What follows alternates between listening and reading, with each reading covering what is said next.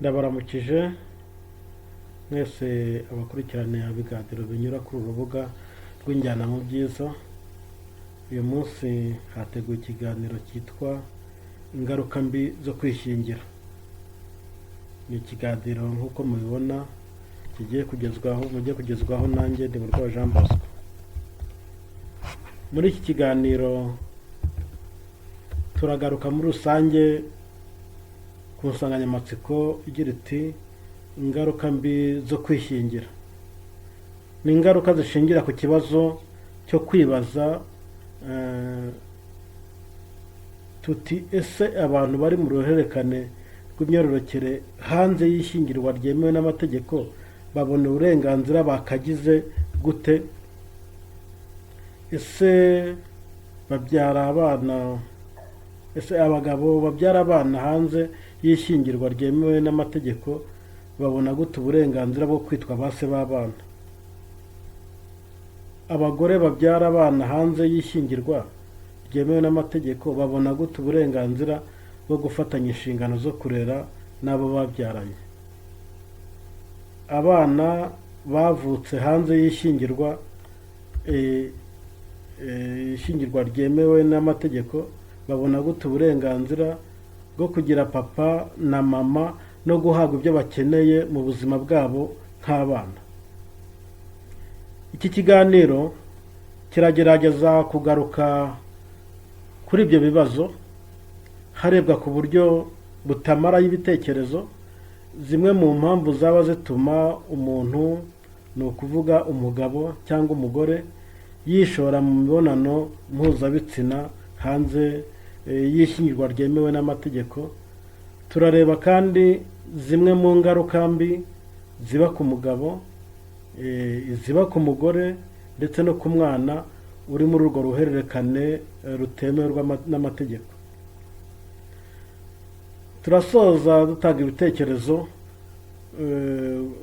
ku cyo umuntu abona cyagira uruhare mu kugabanya ibyo bibazo. Iki kiganiro kiri mu rwego rw'intego ya mbere y'uru rubuga rw'injyana mu byiza, ariyo guharanira ko ukuri kuba kimwe mu byihutirwa mu buzima bwa buri munsi.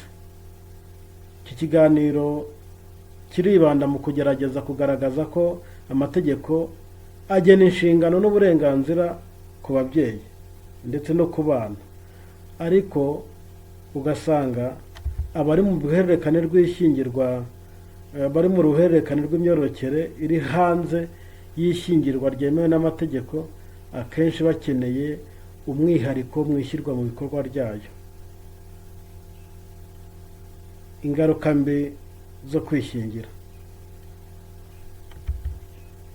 Mu gutangira, hafi twibukiranye ko nk'uko biri mu kiganiro icyafasha umusore n'inkumi bitegura kubana kumenyana, ni ikiganiro cyagiye kuri uru rubuga rw'injyana mu byiza ku itariki ya 28 Gicurasi 2024, aho hagaragajwe ko iyo hakozwe imibonano mpuzabitsina cyane cyane bwa mbere haba habayeho igikorwa nyirizina cyo gushyingirwa, cyo kwishingira cyangwa cyo guhohotera.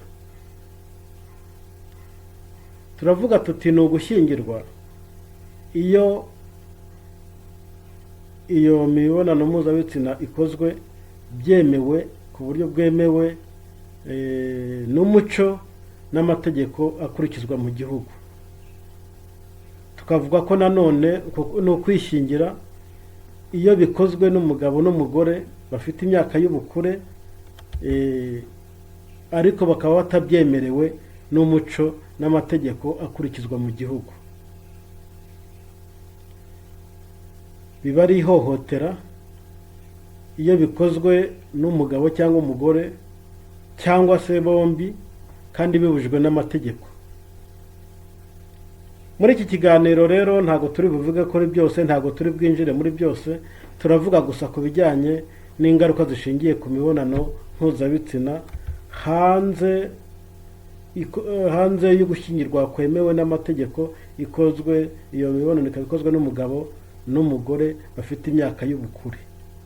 Ntabwo turi bujye ku bijyanye wenda no gushyingirwa, ntabwo turi bujye mu hohotera, cyane cyane turibanda ku bafite imyaka y'ubukure kandi ariko bakaba bakoze imibonano mpuzabitsina hanze y'amategeko n'umuco byemewe, haba ku buryo bwemewe n'umuco n'amategeko, haba no mu buryo butemewe n'amategeko hose, ndetse haba no mu ihohoterwa hose harimo umugabo, umugore ndetse n'umwana. Abo bakaba bagomba kurengerwa n'amategeko mu burenganzira buba buvugwa ku muntu, yaba umugabo, yaba umugore, yaba umwana w'umuhungu cyangwa umwana w'umukobwa, uburenganzira buvugwa mu mategeko atandukanye. Ibi biba ngombwa nanone kubera ko ikitemewe n'amategeko cyose ntabwo ariko kiba ari icyaha. Ikitemewe n'amategeko cyose ntabwo ariko kiba ari icyaha. Kiba icyaha ryari?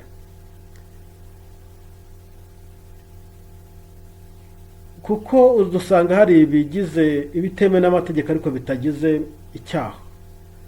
Mu ngingo ya 2 y'itegeko nimero 38 akarongo kaberamye 2018 ryo kuwa 30 Kanama 2018 riteganya ibyaha n'ibihano muri rusange, bavuga ko icyaha ari igikorwa kibujijwe n'itegeko cyangwa kwanga gukora igitegetswe ku buryo buhungabanya umutekano mu bantu kandi hari itegeko ribiteganyiriza igihano.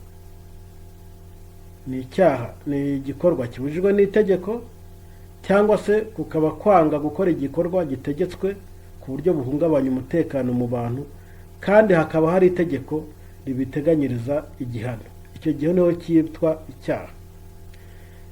Ibikorwa rero bitemewe n'amategeko ariko bitarabuzwa n'itegeko biba bitaraba icyaha. Hari ibikorwa bitemewe n'amategeko ariko bitarabuzwa n'amategeko, ubwo icyo gihe biba bitaraba icyaha. Urugero rushobora kuba ruzwi na benshi ni kuba habaho ababana ku buryo butemewe n'amategeko. Birumvikana ko babana ku buryo butemewe n'amategeko. Ni ukuvuga ko babana batarakora amasezerano y'ishyingirwa imbere y'umwanditsi w'irangamimerere ubifitiye ububasha, ariko bakaba ubu batakurikiranwaho icyaha cyakwitwa kubana ku buryo butemewe n'amategeko. Nibyo, babana ku buryo butemewe n'amategeko ariko ubu ntibakurikiranwaho icyaha cyakwitwa kubana ku buryo butemewe n'amategeko kuko itegeko ritarabiteganya gutyo. Ntabwo rirateganya ko icyo ngicyo ari icyaha. Hanze yo gushyingirwa kwemewe n'amategeko turahasanga abantu benshi, ariko cyane cyane abagabo n'abagore babana ku buryo butemewe n'amategeko, abana bavuka ku mubano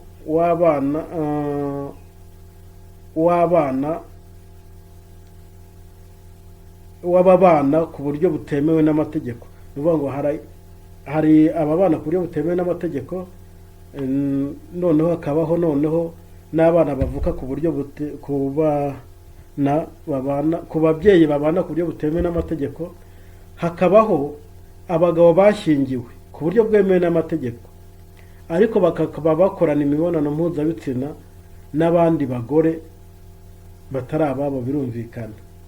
Hakaba n'abagore bashyingiwe ku buryo bwemewe n'amategeko ariko bakorana imibonano mpuzabitsina n'abandi bagabo bari aho ngaho mbese batari abagabo babo. Hakaba n'abana bavuka kuri bumwe muri ubwo buryo tubonye hejuru butemewe n'amategeko. Tugiye kuvuga gusa ku gihe muri iyo mibonano mpuzabitsina ikozwe hanze yo gushyingirwa kwemewe n'amategeko havuyemo umwana w'umuhungu cyangwa umwana w'umukobwa, kandi turavuga gusa nanone ku burenganzira bujyanye n'irangamimerere n'ubwo kubona ibyo umuntu akeneye. Ntabwo turi bujye mu bindi bibazo bitandukanye, turavuga gusa tuganisha kuri izo ngingo. Ariko twabanza tukibaza ngo ko ko bitemewe. Bigenda bite kugira ngo habe ababyishoramo? Bigenda bite kugira ngo habe ababyishoramo kandi bitemewe? Bitizwa umurindi n'iki? Umuntu ashobora kwibaza ikibitiza umurindi. Igitiza umurindi ikibazo cyo kwishingira. Kwishingira nk'uko twabibonye muri cya kiganiro cyahise ku itariki 28 z'ukwa gatanu 2024 twavuze, ni ugukora imibonano mpuzabitsina hanze yo gushyingirwa kwemewe n'amategeko. Icyo kibazo cyaba gitizwa umurindi n'iki? Iyo umuntu asomye mu nyandiko zitandukanye cyangwa se yumvise amakuru atandukanye ajyanye n'icyo kibazo, usanga bigoye kubona impamvu y'umwihariko igitera. Gusa abenshi usanga bahuriza kuri bimwe byaba bishingiye kuri ibi bikurikira.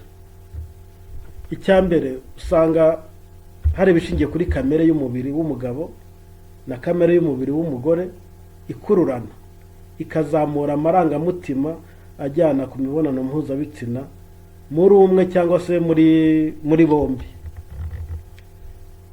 Kandi byagaragaye ko akenshi uko amarangamutima ajyanye n'imibonano mpuzabitsina azamuka, gushyira mu gaciro akenshi bigenda byo bimanuka.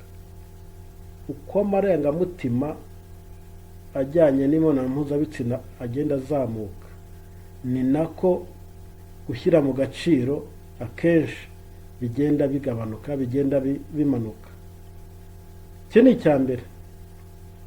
Icya kabiri twavuga ni ukuba umuntu afite ukwikunda kubi. Iki twakwita mu Cyongereza egoism.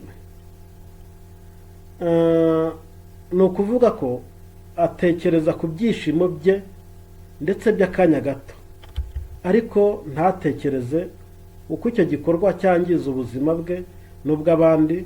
Ni ukuvuga uko cyangiza umugabo cyangwa uwo mugore mugenzi we, uko cyangiza umwana, uko cyangiza umuryango mugari n'igihugu muri rusange. Muri ako kanya kubura kwa kwikunda, ntabwo izo ngaruka z'uko byangiza abo bose azitekereza. Ikindi twavuga ko ni ukugira amakuru make, haba ku ruhande rw'umugabo cyangwa ku ruhande rw'umugore, ku ngaruka mbi zaba kuri we, ku bana no ku miryango muri rusange.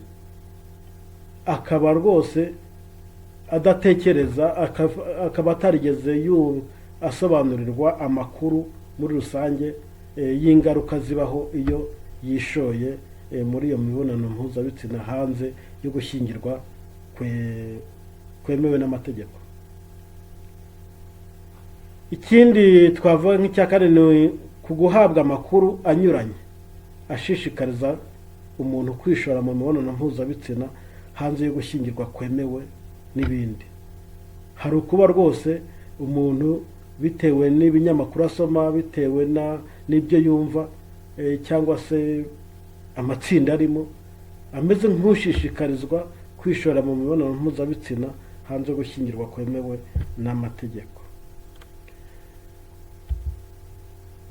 Ikindi, hari ukugira irari ry'ibintu cyangwa imibereho utashoboye kuba wageraho mu buryo busanzwe mu gihe runaka.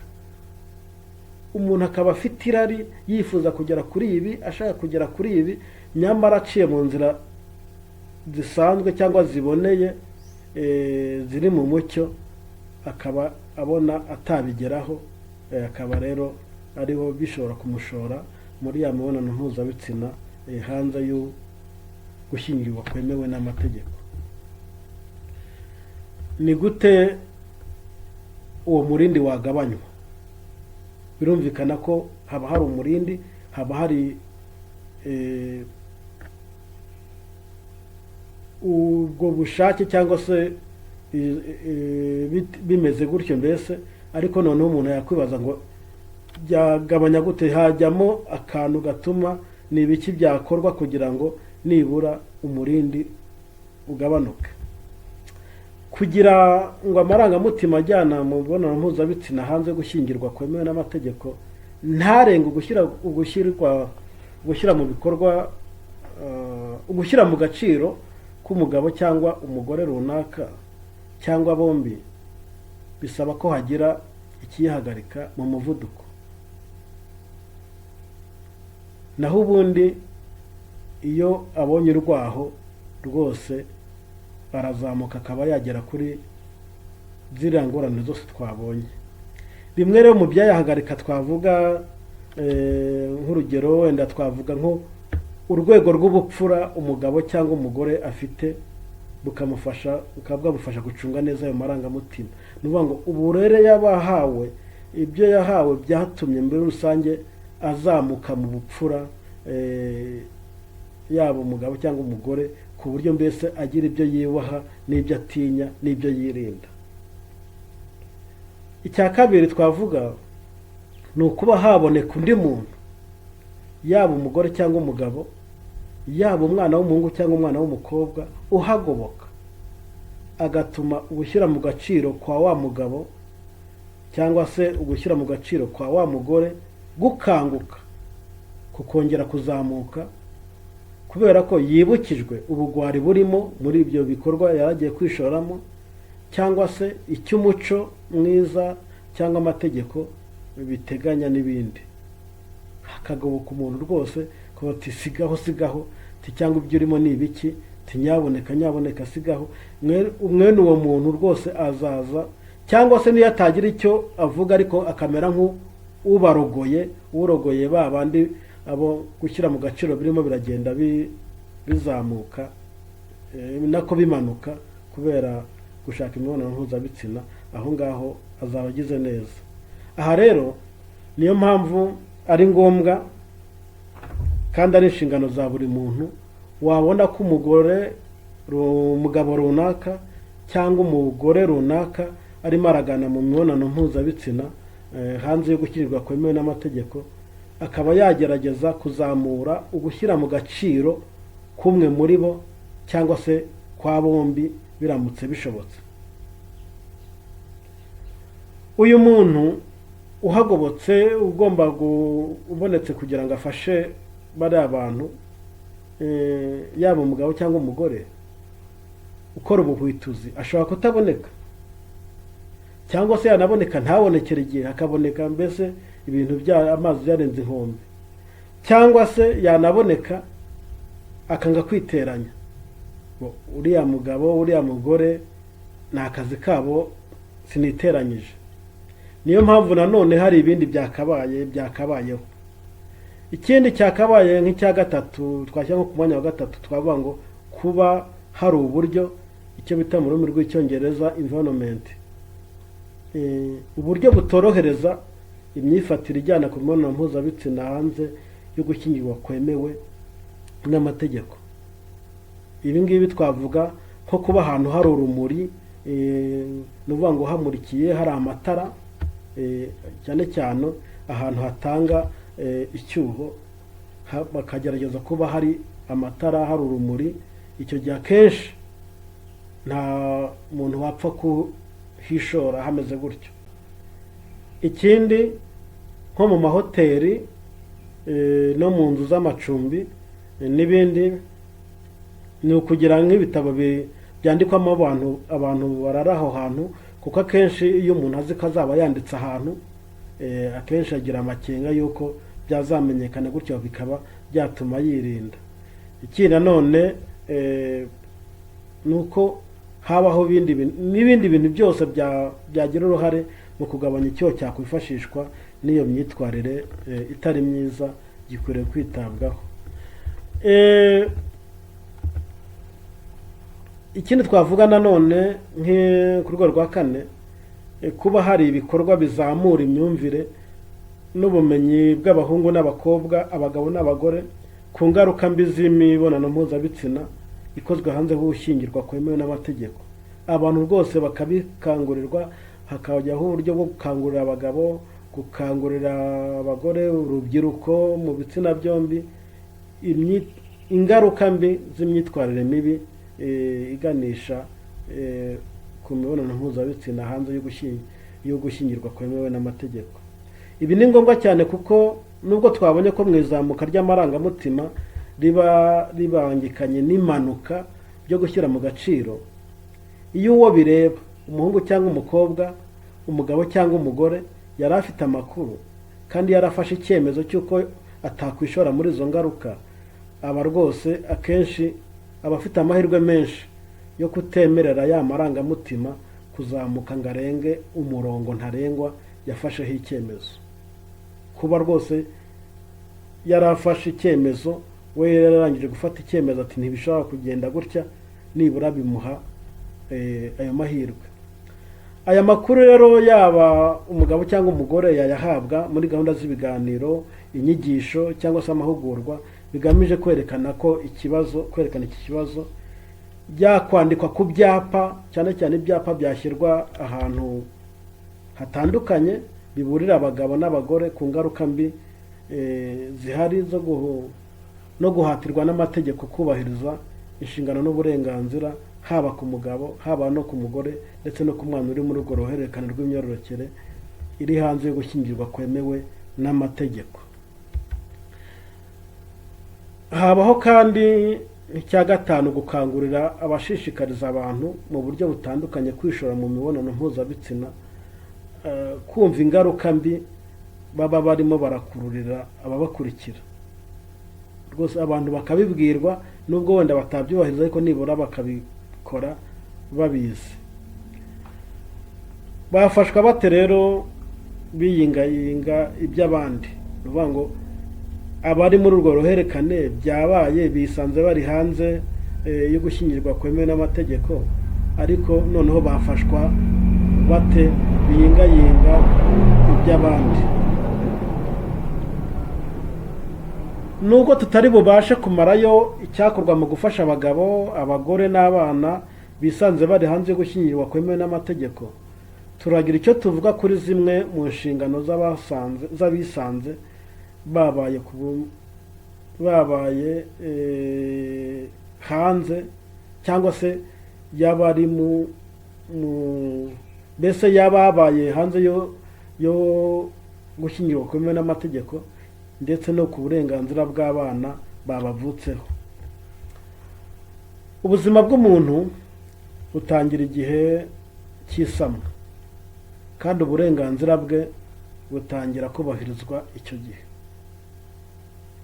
Iyo urebye ingingo ya 10 y'itegeko nimero 71/2024 ryo kuwa 26 Kamena 2024 rigenga abantu n'umuryango, mu gika cyaryo cya 2 bavuga ko umwana wasamwe afatwa nk'uwavutse igihe cyose hagamijwe inyungu ze. Nanone ni ukubona ko umuntu avuka ku mubyeyi w'umugore n'umubyeyi w'umugabo, nubwo haba hari uvuga ko atazwi.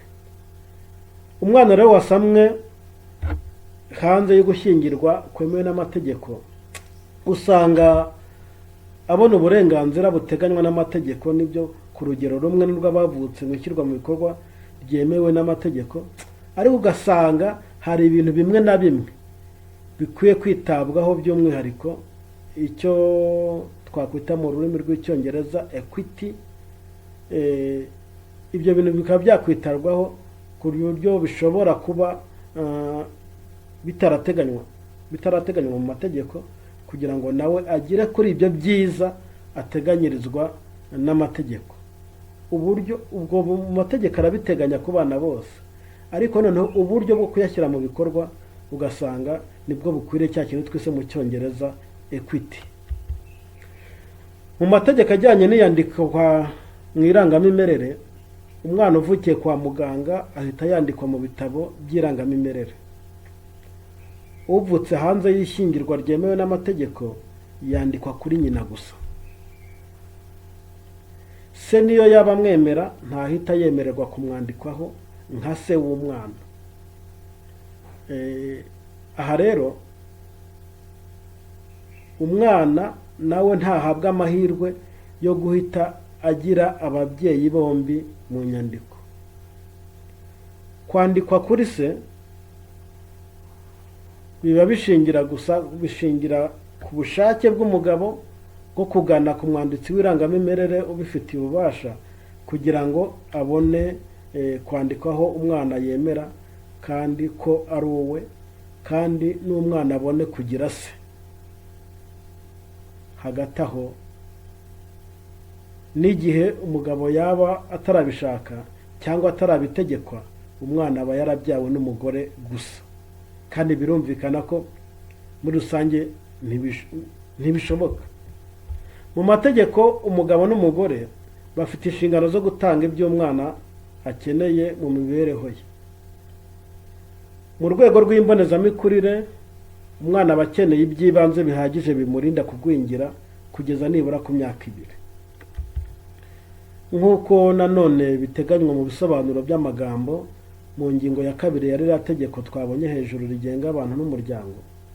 Umuhungu cyangwa umukobwa utarageza ku myaka 18 aba akiri umwana, kandi ababyeyi be bombi nibo baba bafite inshingano zo kumubonera ibikenewe kugira ngo agire imibereho myiza, byaba ibimutunga, byaba ibijyanye n'uburezi n'uburere n'ibindi. Duhereye rero ku isamwa, umwana aba akeneye guhabwa ibitunga ubuzima, ndetse aba akeneye n'amarangamutima amukuza mu byiyumvo. Birashoboka rero ko nyuma y'imibonano mpuzabitsina ikozwe hanze yo gushyingirwa, umugabo cyangwa umuhungu yatangira kwibwira ati Imana ifashe simbe muteye inda. Umukobwa cyangwa umugore nawe aho ari ati Imana ifashe simbe nsamye. Muri rusange buri wese yatangiye kwihohotera, kuko arimo aratabaza Imana ngo Imana imufashe, ngo yaba yaragize amahirwe.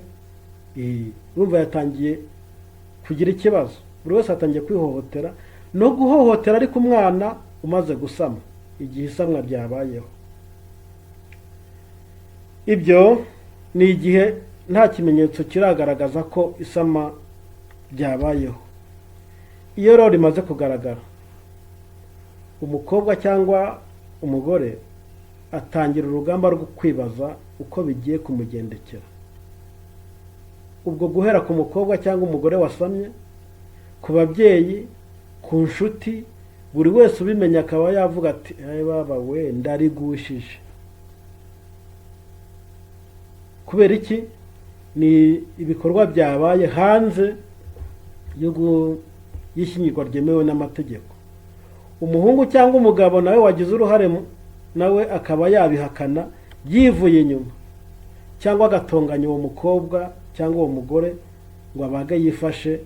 Niba utaramenye ubwenge, niba utamenye ubwenge, yagiye gusama gute? Yafashe inda gute? Iki gihe umugabo aba akomeje kwihohotera, yibuza uburenganzira bwo kuba umubyeyi. Umugore nawe aba akomeje kwihohotera no guhohoterwa mu marangamutima, yibaza ukuntu abaye umunyabibazo. Umwana uri mu nda wasamwe nawe aba arimo arahohoterwa, kubera ko aba arimo arabuzwa uburenganzira bwo gukundwa no kwakirwa. Muri make, ihohotera niryo riba ryabonye urwaho. Rizanywe n'iki? Na ya minota igihe amarangamutima yari yasumbye ubushyira mu gaciro. Iyo minota niyizanye ririya hohotera ku mpande zombi, haba ku mugore, haba ku mugabo, haba ku mwana, ndetse haba no ku miryango yose. Igika cya 2 cy'ingingo ya 18 y'itegeko nshinga rya Repubulika y'u Rwanda ryasohotse mu igazeti ya leta nimero idasanzwe yo kuwa 4 Kanama 2023, havugwamo ko ababyeyi bombi bafite uburenganzira n'inshingano zo kurera abana babo. Ababyeyi bombi bafite uburenganzira n'inshingano yo kurera abana babo. Ni ukuvuga ko umugabo n'umugore babyaye umwana bafite inshingano zo kurera abana. Ntawe ukwiriye kuzirekera undi ngo ni uko babyaye uwo mwana hanze y'ishyingirwa ryemewe n'amategeko. Ku bijyanye n'ibitunga umwana, iyo umwana ari mu nda, Imana yaramurengeye kuko yashyizeho ko abikura kuri nyina, kandi nyina nawe ntiyashobora kubaho atarya. Ni ukuvuga ko umwana byo ibimutunga arabibona. Ikiba gisigaye ni uko nyina kugira ngo abone bya bimutunga yakagombye kunganirwa n'umugabo se w'umwana. Aha rero uyu mukobwa cyangwa umugore aba ahahuriye n'ihohoterwa, kuko ibyo yahabwa n'umugabo yabibona ku bushake bwe cyangwa se ku byita impuhwe. Ntabwo bizaba ari kenshi usanga atabyita inshingano, usanga inshingano zo ari hafi ya ntazo. Uko uyu mugore aba ahohotewe ni nako umwana wo mu nda aba ahohotewe, nubwo kuko uwo mwana nyine ntabwo aba ari bubone nawe ibimukwiye, ntabwo aba ari bubone uko bikwiye. Uyu mwana iyo amaze kuvuka, guhera kwa muganga ntabona ibyo yakabonye aramutse avutse mu ishyingirwa ryemewe n'amategeko.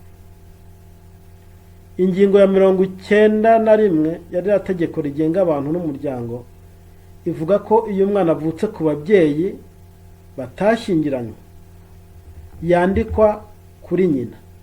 Twigeze kubivuga, bivugwa mu ngingo ya 91.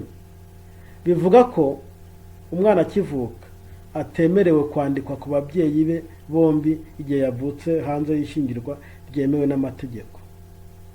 Nk'uko rero twabivuze hejuru, atangira adafite se mu nyandiko, kandi ahari, uwo se arahari ariko atangira atamufite. Mu kumubonera ibimutunga kenshi ni nyina ugomba kwirwanaho. Yagira icyo ahabwa n'umugabo akakibahabwa nk'aho ari impuhwe agiriwe.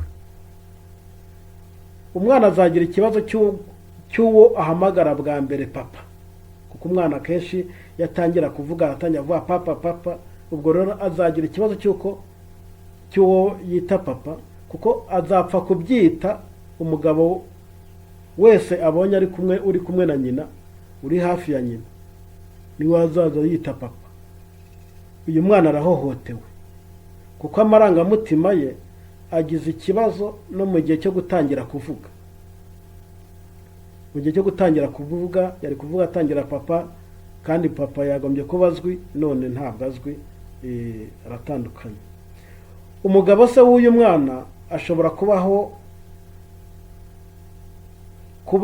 aba yubatse ku buryo bwemewe n'amategeko, ariko cyangwa se akaba afite inshingano zikomeye runaka zitabangikanywa no kumenyekana ko akora imibonano mpuzabitsina hanze y'ishyingirwa ryemewe n'amategeko.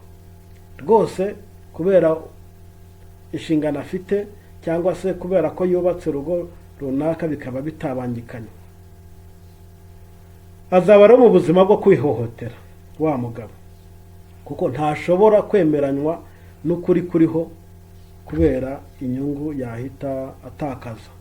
Byanze bikunze ntashobora gupfa kwemera ko ari we wakoze biriya, ari we wabyanye n'uriya, kwa inyungu yahita atakaza.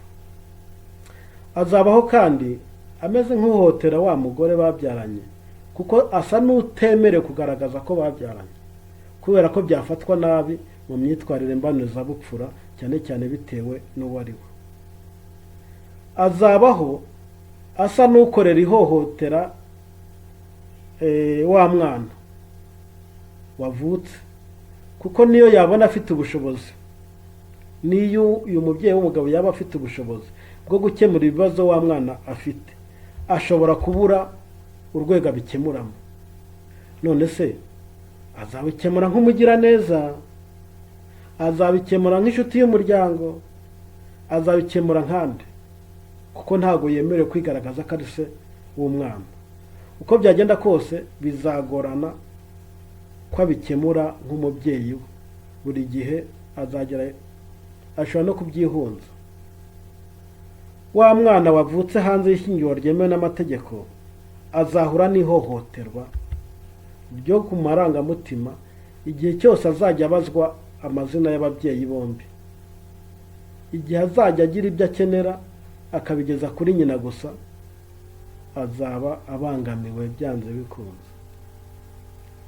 Nk'uko rero ririya tegeko rigenga abantu n'umuryango mu ngingo yaryo ya 495 kuva kuri 495 kugeza ku ngingo ya 498 babivuga, birakwiye ko abana bavutse hanze y'ishyingirwa ryemewe n'amategeko bafashwa kwandikwa mu gihe kidatinze ku babyeyi bababyaye bombi, kuko abo bana bahita bagira uburenganzira nk'ubw'abana bavutse ku babyeyi bashyingiranywe ku buryo bwemewe n'amategeko ku ruhande rwa buri mubyeyi. Ikindi ni uko hakurikijwe ibiteganywa mu ngingo ya 245 ya ririya tegeko nanone ivuga ko umugabo adashobora kwihakana umwana igihe mbere na nyuma yo kuvuka yiyemereye kuba se w'umwana, byaba mu mvugo cyangwa mu nyandiko. Umwana isamwa ribayeho, umugabo yiyemereye ko ari we se w'uwo mwana. Nanone na nyuma yo kuvuka yiyemereye ko ari we se w'umwana. Ni ukuvuga ko rero itegeko rivuga ko ntashobora kumwihakana igihe cyose yari yarabyemeye, haba mbere y'uko avuka haba na nyuma y'uko avuka. Niyo mpamvu rero umugabo ubyaranye n'umugore hanze yo gushyingirwa kwemewe n'amategeko yashishikarizwa gukora izo nyandiko ku bwabo, ku bwe cyangwa ku bw'ibyemezo by'inzego zibifitiye ububasha.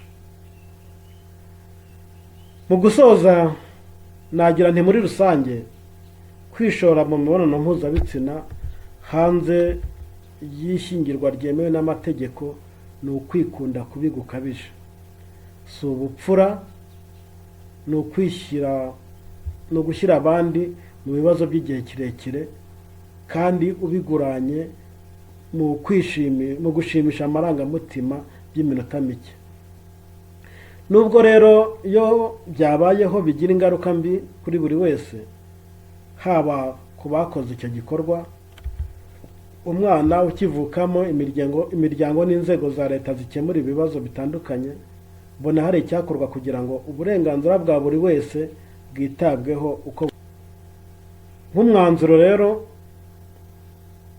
muri iki kiganiro ni uko mu rwego rwo gutanga igitekerezo ku cyakorwa cyangwa se kugira ngo abisanze hanze y'ishyingirwa ryemewe n'amategeko babone uburenganzira bwabo buteganywa n'amategeko ku buryo bumwe n'abashyingiwe ku buryo bwemewe n'amategeko, usanga muri rusange hari ibyakorwa cyangwa se byakwitabwaho. Hakwiye kongerwa uburyo buzamura imyumvire y'abantu bose, abagabo n'abagore, ku ngaruka mbi z'imibonano mpuzabitsina hanze y'ishyirwa mu bikorwa ryemewe n'amategeko, binyuze mu mahugurwa ku bagabo, ku bagore, ku rubyiruko rw'abahungu n'urubyiruko rw'abakobwa. Rwose ntibivuge ngo ni hafatwe ko abantu ari bakuru babimenye, ahubwo hakabaho gahunda zituma bashobora kuzamurirwa imyumvire kuri icyo kibazo. Ibyo ngibyo bishobora gukorwa nanone mu gushyiraho ibyapa n'inyandiko ziburira, kugira ngo abantu baba abagabo cyangwa abagore, abahungu cyangwa se abakobwa babe bafite amakuru n'ingaruka mbere yo kwinjira mu marangamutima aganisha ku mibonano mpuzabitsina. Ikindi icya kabiri ni uko itegeko riteganya ko umwana uvutse ku babyeyi batasezeranye byemewe n'amategeko yandikwa kuri se ari uko akoreye inyandiko yemera umwana imbere y'umwanditsi w'irangamimerere. Hakongerwa rero uburyo bukangurira abo babyeyi b'abagabo kubikora ku gihe cya vuba nyuma yo kuvuka k'umwana. Ikindi, ku babyeyi b'abagabo batemera umwana, hakongerwa uburyo umubyeyi w'umugore yakangurirwa guhita yitabaza inzego zibifitiye ububasha kugira ngo umwana agire uburenganzira bwo kugira se bidatinze. Umugore yaramuka atabikoze, inzego zibifitiye ububasha nazo zikaba zabikora kugira ngo umwana abone uburenganzira bwe. Ikindi twavuga nk'icya kane ni uko kuva umwana akivuka kugera ageze ku myaka 18 akwiye kwitabwaho n'ababyeyi be bombi na se na nyina igihe bariho, kandi hakabaho uburyo bw'uko udatunze umwana yahatirwa guha utunze umwana uruhare rujyanye n'ubushobozi bwe ugereranyije n'ubwa mugenzi we mu kwishyura agaciro k'ibiri ku rutonde rw'ibyo umwana akeneye, kandi urutonde rukaba rwavugururwa buri mwaka. Ni ukuvuga ngo kuva ku mwana agisamwa kugeza ku myaka 18 ibyo umwana akeneye urutonde rukagenda ruvugururwa buri gihe, kandi udatunze umwana akaba yahatirwa kuba yatanga igice uruhare rwe. Inzego zitandukanye nanone zaba iza leta cyangwa se iz'imiryango ishingiye ku myemerere birakwiye ko igihe zifatiye icyemezo runaka umukobwa cyangwa umugore wabyaye hanze yishyingirwa byemewe n'amategeko, zareba nuko icyemezo nk'icyo gifatirwa n'umuhungu cyangwa umugabo wabyaye uwo mwana hagamijwe inyungu z'umwana n'izo guhashya imyitwarire mibi itemewe n'amategeko. Hakenewe rero inama, ibitekerezo no gukosora aho bikwiye kugira ngo hatangwe umusanzu watuma ukwishora mu mibonano mpuzabitsina hanze y'ishyingirwa ryemewe n'amategeko buri gihe bigenda bicibwa intege. Umubare w'abagerwaho n'ingaruka mbi z'iyo myitwarire ukagenda ugabanuka, kandi nabo izo ngaruka zibayeho nabo bagafashwa kurushaho. Murakoze rero, mugira amahoro y'Imana. Tuzishimira kubona ibitekerezo, inama ndetse no gukosora aho bikwiye kugira ngo koko uwo musanzu we watangwa, tube dutanze kuko umusanzu wacu mu kugabanya ubukana bw'iki kibazo cyagenda kivuka kiyongera.